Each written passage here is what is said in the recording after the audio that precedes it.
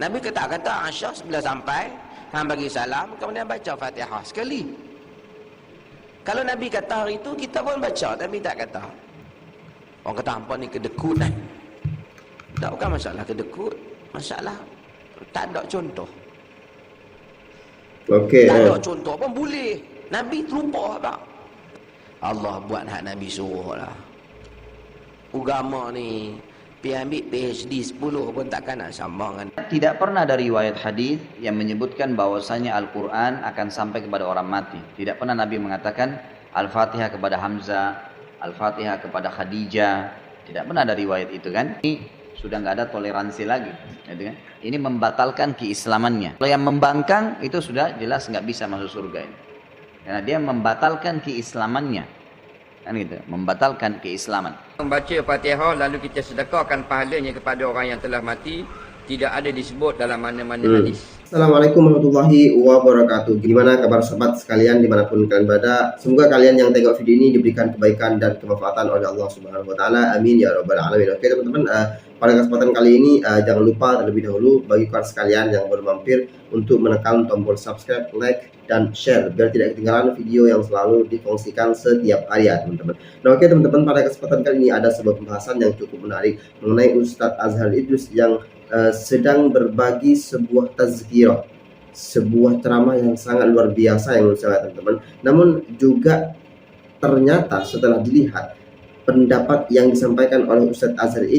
ini berbeda jauh daripada pendapat ulama Salafi Wahabi atau Ustadz Salafi Wahabi teman-teman. Ada apakah ini ya teman-teman? Apakah sebab dalil dan hujahnya yang tidak sama atau seperti apa? Nah, biar kita tahu nggak usah jom tengok videonya. Adapun sedekah Fatihah kepada jenazah, wallahu taala alam. Ada mazhab kata boleh, tetapi dari segi contoh amalan Nabi sallallahu alaihi wasallam tak ada lah.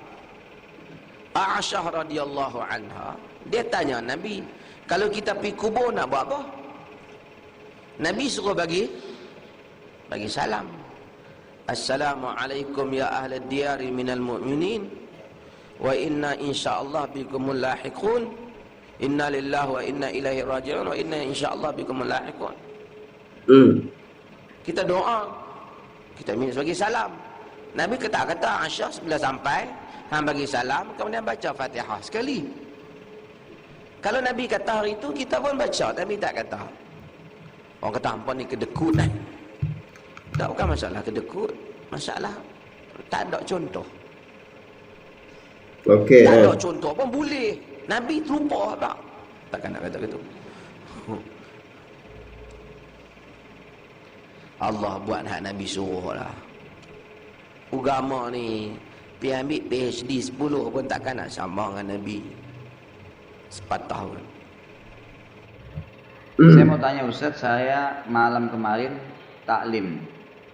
Oke. Kata Ustadznya ada 3 mazhab imam yang bilang baca Al-Fatihah kepada yang meninggal nyampe, dan tahlilan itu bid'ah hasanah. Gimana tuh Ustaz cara kita menyikapinya? Tentu saja tidak pernah ada riwayat hadis yang menyebutkan bahwasanya Al-Quran akan sampai kepada orang mati. Tidak pernah Nabi mengatakan Al-Fatihah kepada Hamzah, Al-Fatihah kepada Khadijah. Tidak pernah ada riwayat itu kan. Tapi ada ijtihad ulama yang mengatakan sampai kalau orang baca Al-Quran kepada orang mati, itu ijtihad, tidak berlandaskan dengan dalil. Imam Syafi'i rahimahullah malah tegas dalam masalah ini. Yang kita banyak dipegangi di Indonesia madhabnya, beliau malah tegas mengatakan tidak sampai, gitu kan? Tidak betul sampai. Ya? Tapi ini karena khilafiyah, kembali kepada individu masing-masing, gitu kan? Kalau saya pribadi lebih berhati-hati. Sesuatu yang sudah pasti-pasti kayak sedekah, doa, udah pasti, boleh kita kerjakan. Sesuatu yang belum pasti, minimal tidak ada dalil khusus menjelaskannya, maka sebaiknya kita hindari. Kan itu. Allahu a'lam. Itu yang saya tahu. Kemudian kalau masalah dikatakan bid'ah hasanah, istilah bid'ah hasanah tidak semua juga ulama mengatakan itu. Bahkan Nabi SAW mengatakan kullu bid'atin dhalalah. Semua bid'ah itu sesat, kata Nabi SAW. Itu sabda Nabi, bukan kata saya. Kalau ada yang mengatakan bid'ah hasanah, maka berarti itu ijtihad, gitu kan?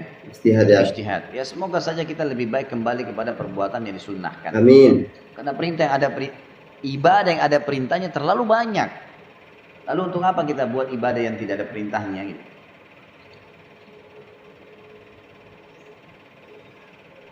Adakah dari umat Nabi Muhammad SAW yang kekal dalam api neraka? Kalau Ada. dia meninggal Islam tidak ada. Semua orang Islam yang syahadat masuk surga. Betul. Semuanya. Makanya tadi dibilang dikeluarkan dari neraka walaupun seperti biji sawi. Tapi dibakar dulu. Asal dia tidak batalin keislamannya ya. Ada pembatal keislaman seperti dia murtad, ya kan? Dia berbuat kemusyrikan, dia munafik, pura-pura Islam, Muslim, tapi lain. Ini kalau dia murni ahli tauhid namanya. Betul. Artinya betul-betul tahu ada Tuhan namanya Allah, tapi memang dia nggak pernah sholat, dia nggak pernah buat ibadah-ibadah yang lain. Tidak ada indikasi yang membuat dia kufur ya. Seperti dia meninggalkan sholat karena tidak ngerti, tidak pernah ada yang pandu. Kan itu. Ada satu dai di Mesir ini tidak jauh dari kota-kota besar Mesir, di pedalaman dia masuk, dia kaget dan diangkat di YouTube tapi masih dalam bahasa Arab.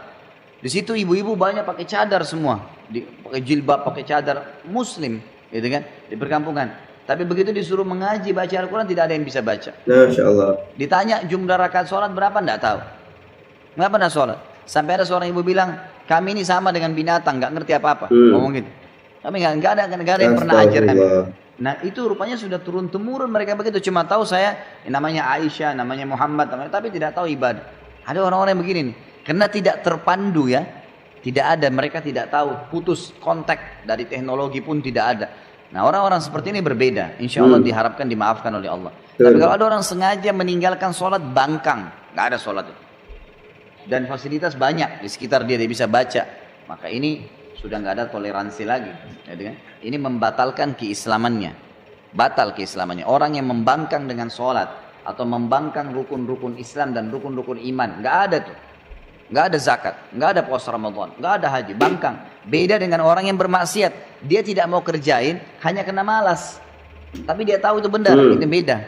Kalau yang membangkang itu sudah jelas nggak bisa masuk surga ini, karena dia membatalkan keislamannya, kan gitu, membatalkan keislaman.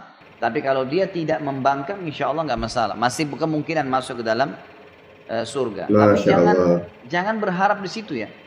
Masuk surga lah dari awal gitu. Enak, nyaman, dan satu kata kuncinya, patuh saja.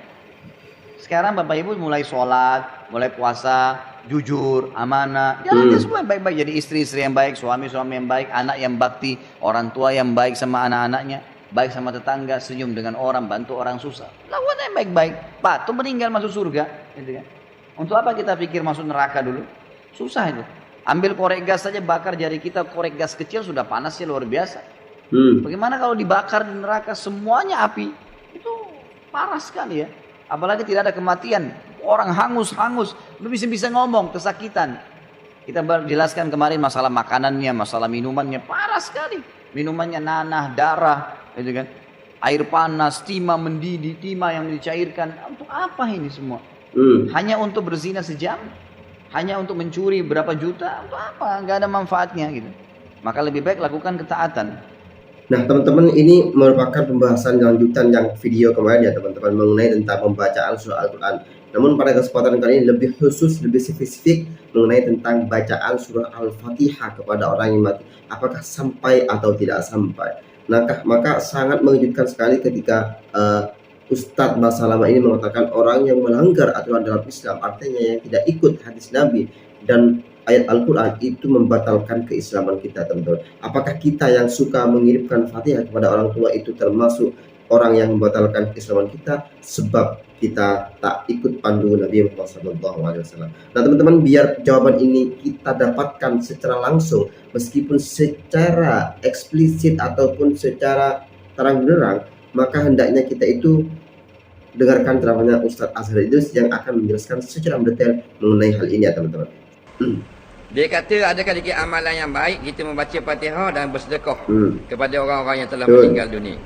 Bab membaca Fatihah lalu kita sedekahkan pahalanya kepada orang yang telah mati tidak ada disebut dalam mana-mana hadis. Ulama yang mengatakan perkara ini diharuskan ataupun sunat ataupun dapat pahala, mereka kias, bukan dengan nas. Kias. Islam ini sumber hukum nak tahu halal haram boleh ke tak, sah batal dan sebagainya, 4 hukum sumber. Yang pertama Quran, kedua hadis, ketiga ijma', yang keempat qiyas. Kalau kita pergi di masjid-masjid, dia tepek belakang saja. Quran, hadis, ijma', qiyas. Jadi cari sumbernya dua ni. Dulu, iaitu ibu dia. Quran dan hadis. Tak ada Quran hadis, ijma' dan qiyas. Dan ambil dua ni, pak ni pula. Ulama reka. Daripada hadis Muaz bin Jabal. Nabi nak atau Muaz bin Jabal menjadi mufti, menjadi qadi, menjadi hakim. Nabi tanya nak ambil hukum dua ni. Nak jatuh hukum. Muaz bin Jabal, sahabat Nabi. Ulama Muaz jawab ambil Al-Quran. Nabi ajar tak ada dalam Quran, hadis. Tak ada dalam hadis, tengok dengan qiyas. Situ sumber dia. Nabi pun bersyukur, alhamdulillah. Rasulullah ada mufti yang pandai. Nabi puji Muaz bin Jabal. Jadi dia qiyas saja dengan amalan-amalan yang baik. Bila benda itu tidak ada larangan, dan dia bukan ibadah yang mempunyai rukun dan syarat, maka hukumnya diharuskan. Sebab tu kita tengok dalam bab membaca Quran bagi orang yang telah mati, ni ilmiah ni. Dia ada khilaf 4 mazhab. 3 mazhab, Maliki, Hanafi, Hambali, tak ada khilaf. Boleh baca kepada orang yang telah mati. Sama dia baca Quran di kubur, baca di rumah. Yang ada khilaf mazhab Syafi'i. Faham? Mazhab Syafi'i 2 pendapat. Pendapat yang pertama tidak sapa. Pendapat yang kedua sapa. Dan yang sapa ni lah yang paling ramai dipetwakan oleh ulama-ulama mazhab Syafi'i. Luar biasa ya. Jadi jangan kita tak jujur pula nak khabar pandangan ulama 4 mazhab. Lepas tu siapa yang nak baca silakan tambah baca sudah. Yang nasnya bukan dengan qiyas, sedekah. Bersedekah. Nak di pasar tengok orang tangan kudung, kaki kudung buta, 10 riyal.